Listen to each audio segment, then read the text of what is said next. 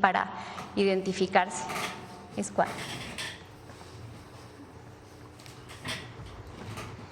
Pues esa es la información del día de hoy y pasamos a las preguntas. Nancy. Buenos días, Presidenta. Buenos días a todas y a todos. Nancy Flores, de la revista Contralínea.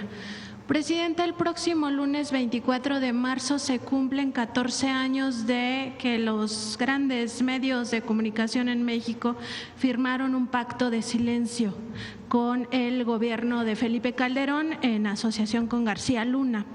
Este pacto de silencio lo traigo a colación porque en aquel momento estas corporaciones mediáticas indicaron que pues no iban a hacer apología del delito, apología del crimen organizado, y entonces firmaban este pacto. En los hechos sirvió para pues no informarle al pueblo de México las atrocidades que se cometieron en aquel sexenio y sobre todo para ocultar y de alguna manera convertirse en cómplices de la sociedad entre García Luna y el cártel de Sinaloa. Ahora parece que han olvidado aquel supuesto compromiso de que no iban a hacer apología del crimen y llegan al extremo de comparar a los cárteles del narcotráfico con el terrorismo, ¿no? En consonancia con la narrativa del gobierno estadounidense. Y también en esta misma tesitura hablar de que en el rancho Izaguirre en Teuchitlán pues se evidenciaría un campo de exterminio comparándolo con estos campos de exterminio de la Alemania nazi de Adolfo Hitler. Donde todos lo sabemos porque está muy documentado, existían cámaras de gases y también grandes hornos de cremación. Ayer se hizo un recorrido en este rancho Izaguirre, un hecho inédito, se permitió a la prensa y también a los padres, madres y familiares de personas desaparecidas ingresar a ese rancho que es el lugar de los hechos. Contralínea asistió, aplicamos varias técnicas del periodismo de investigación, entre ellas una muy particular que se llama observación estructurada. Y fuimos a ver si realmente existían estas cámaras de gases o estos hornos, porque nada más se había hablado de las cremaciones, estos hornos de cremación, para ver si realmente es equiparable con lo que ocurrió en la Alemania nazi. No existen, no hay evidencia de ello. Lo que sí había, por supuesto, es este terreno escarbado, la zona donde se supone que hacían entrenamientos, en fin, lo que ya se documentó y está también en la revista Contralínea. Preguntarle, Presidenta, sobre este informe que va a dar, pues porque ahora estos opositores sobre todo están explotando el legítimo dolor de las familias de desaparecidos, ¿no? Que con justa razón exigen justicia y exigen conocer el paradero de sus familias. Pero más allá de eso, existe una estrategia comunicacional que tiene que ver con este nado sincronizado, no solo en este tema de Teuchitlán, sino en otras temáticas, y que en el fondo buscaría la intervención de Estados Unidos en nuestro país. Entonces, preguntarle cuándo va a presentar este análisis que está haciendo su administración de estas corporaciones mediáticas y también de los opositores, pues que aprovechan el dolor de las familias para pues generar este clima también de pánico y de supuesta indolencia. Qué bueno que lo comentas. En efecto, ayer se abrió este rancho en donde en septiembre, o más bien en septiembre del año pasado, lo explicó muy bien el fiscal, entró en su momento la Guardia Nacional, hubo detenciones, se dejó el resguardo a la Fiscalía Estatal, el fiscal narró desde su perspectiva qué pasó con ese resguardo. Y después viene pues estas fotografías que salieron con un colectivo de personas que buscan a sus familiares con una fotografía de ropa. Eso es, digamos, los hechos. Ya la Fiscalía pues tiene que hacer su investigación a partir de lo que puede recuperar también de la Fiscalía Estatal. Y me pareció muy bien que el fiscal haya abierto el lugar, pues para que cada quien sacara sus conclusiones. Es relevante lo que dices, que es la conclusión de Contralínea. Ayer otros compañeros que vienen normalmente a la mañanera también estuvieron presentes. Sería bueno que ellos también vinieran aquí a la mañanera a relatar lo que vieron en el rancho. Entonces, por eso nosotros hemos decidido dividir en dos temas. Uno, el tema de desaparecidos, y lo adicional que tenemos que hacer como gobierno federal y en general como Estado mexicano para prevenir y evitar que ocurra este delito, para sancionarlo dentro del marco de la ley, quiénes son los responsables, y poder seguir junto con los familiares buscando a las personas desaparecidas. Ese es un tema. Y también hablar del número de desaparecidos, en qué fecha se dieron, de dónde vienen las fuentes, y seguir buscando y modificar las leyes para permitir que se prevenga, que se sancione y que se siga buscando a las víctimas de desaparición y apoyar a los familiares. Ese es un tema. Y está vinculado ahora a la desaparición, porque eso es muy importante, principalmente a la delincuencia organizada. Porque hubo una época en México en donde la desaparición forzada la hacía el Estado. El gobierno desaparecía a personas que políticamente estaban en contra del gobierno. Eso es otra historia distinta a lo que ocurre ahora. Y en efecto, muchas veces se utiliza a los familiares de las víctimas que tienen pues un dolor enorme y que nosotros nunca nos vamos a confrontar con ellos, para ser parte pues de una narrativa. Esa es una parte. La otra parte es cómo fue que fue creciendo esta historia del campo de exterminio.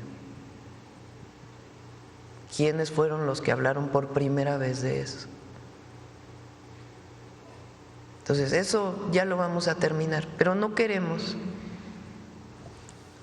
que se vincule una cosa con la otra. Y sí, en efecto, hay medios, hay algunos medios que ya entendieron que vivimos una situación distinta. Decía el presidente López Obrador de una frase que le comentó Alfonso Durazo en un recorrido de los que hicimos en la transición, que dicen los yaquis: antes como antes, ahora como ahora. Y sí, hay muchos medios que hay que reconocer, han comenzado a entender que estamos viviendo una nueva etapa, pero hay muchos otros, ya vamos a presentar en su momento, y particularmente algunos personajes de esos medios, o que tienen espacio en esos medios, que sin información comienzan a difundir una nota. ¿Por qué un periodista? Pregunto a los periodistas. ¿Cómo es que un periodista que tiene 40, 50 años siendo periodista o difundiendo las noticias, por una fotografía hace todo una construcción? ¿Por qué no van a la información fuente, base? Entonces, tiene que hacerse la investigación en Teuchitlán, en Jalisco, a fondo,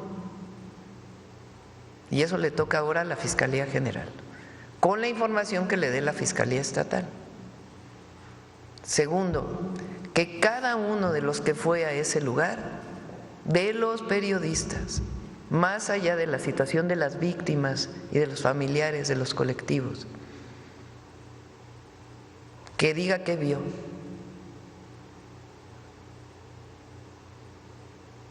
Con responsabilidad. Y después ya esta historia que se ha ido construyendo, que ya la vamos a presentar la próxima semana. Pero queremos, primero, el fortalecimiento de las leyes y todo lo que tiene que ver con el problema de los desaparecidos, de la desaparición como delito, y cómo lo atiende el Estado mexicano, el Gobierno de México, la Fiscalía, los jueces. Después, ¿qué pasó en ese rancho? Que los periodistas narren lo que vieron como lo están haciendo ustedes. Y tercero, toda esta ola que en realidad están en contra del gobierno, no hay otra razón. Y que en efecto divulgan esta información, entre otras cosas, pues también para equipararse al tema del terrorismo. Ahora, nosotros estamos haciendo nuestro trabajo y eso es importante. Y nuestro trabajo tiene que ver con el trabajo del Gabinete de Seguridad para disminuir los delitos en el país. Tiene que ver con decir la verdad siempre y tiene que ver también con el derecho de réplica. Y con todo el trabajo que hacemos como gobierno, evidentemente, todos los 100 puntos de nuestro proyecto de nación, que es parte de la transformación que estamos viviendo. Pero sí es importante que cada uno asuma su responsabilidad y que en efecto actuaron de una manera en el pasado. Hay algunos que no han cambiado y no quieren cambiar y que su objetivo es estar en contra de nosotros, no importa lo que digan, no importa con base en qué información, y otros que comienzan a cambiar y que espero que otros se sumen a esto. Y si no, de todas maneras ya es muy distinto hoy en México al México de aquellas épocas, y entre otros gracias a muchos medios alternativos que hoy tienen una manera de informar y posicionar de una manera distinta. Presidenta, quizá en ese análisis sea importante revisar otras narrativas que han ido acompañando también esta posición de Estados Unidos, sobre todo a raíz de que Donald Trump pues asumió la presidencia. En otro tema, Presidenta, preguntarle, porque en este programa que se llama Typical TV, hace unos días, un par de semanas, uno de los colaboradores, este es un programa de la derecha, uno de los colaboradores pidió que si se está combatiendo la criminalidad en México, pues entonces se busque extraditar a Felipe Calderón, ¿no?, por narcopolítica, así lo dijo esta persona en Atypical TV.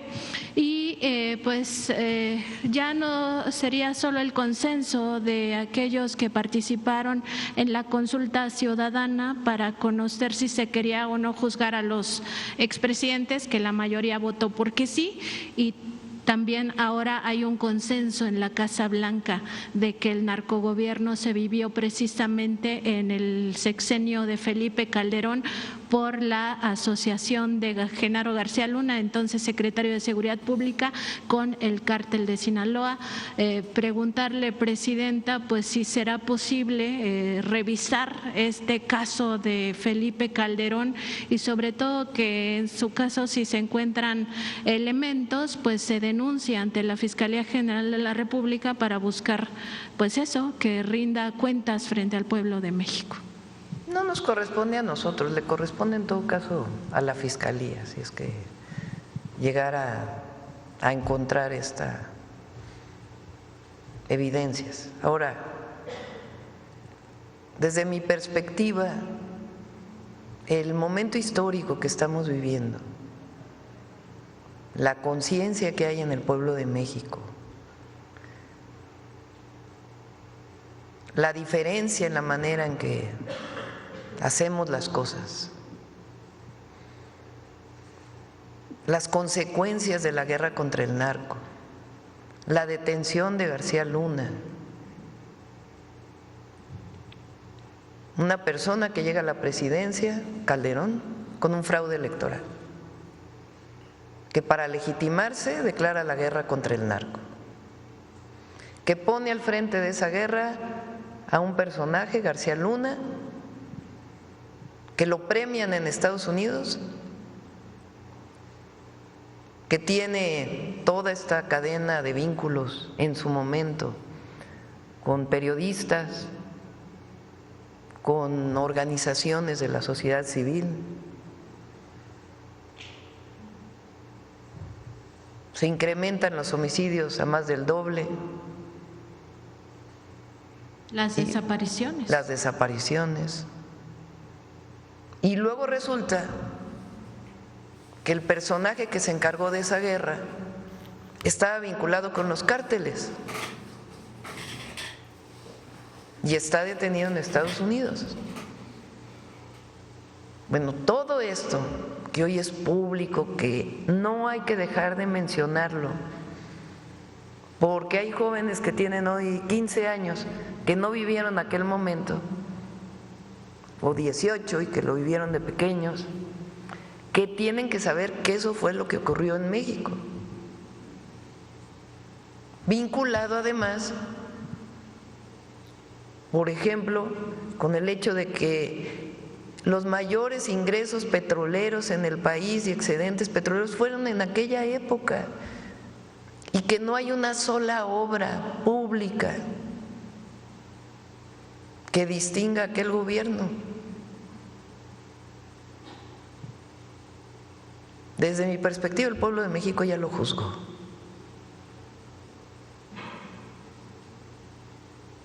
Ya lo juzgó. Y el juicio de la historia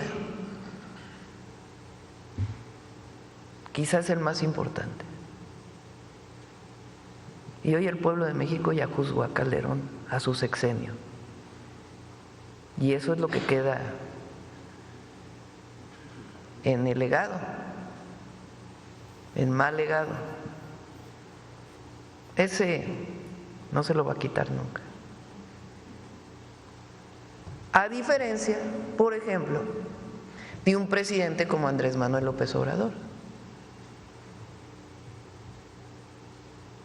que también el pueblo de México ya lo tiene en un lugar muy especial de su corazón y de la historia, quizá como el presidente más querido en la historia de México, por su pueblo. Uno que evitaron que llegara en el 2006 por un fraude electoral,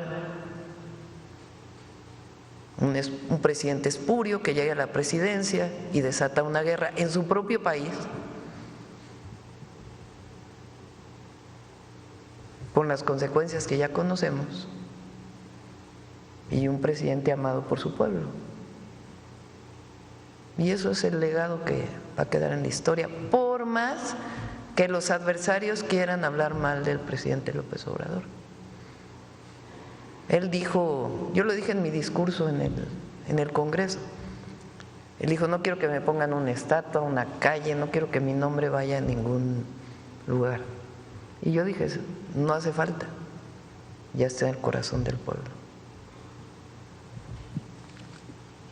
Presidenta, también en este sentido.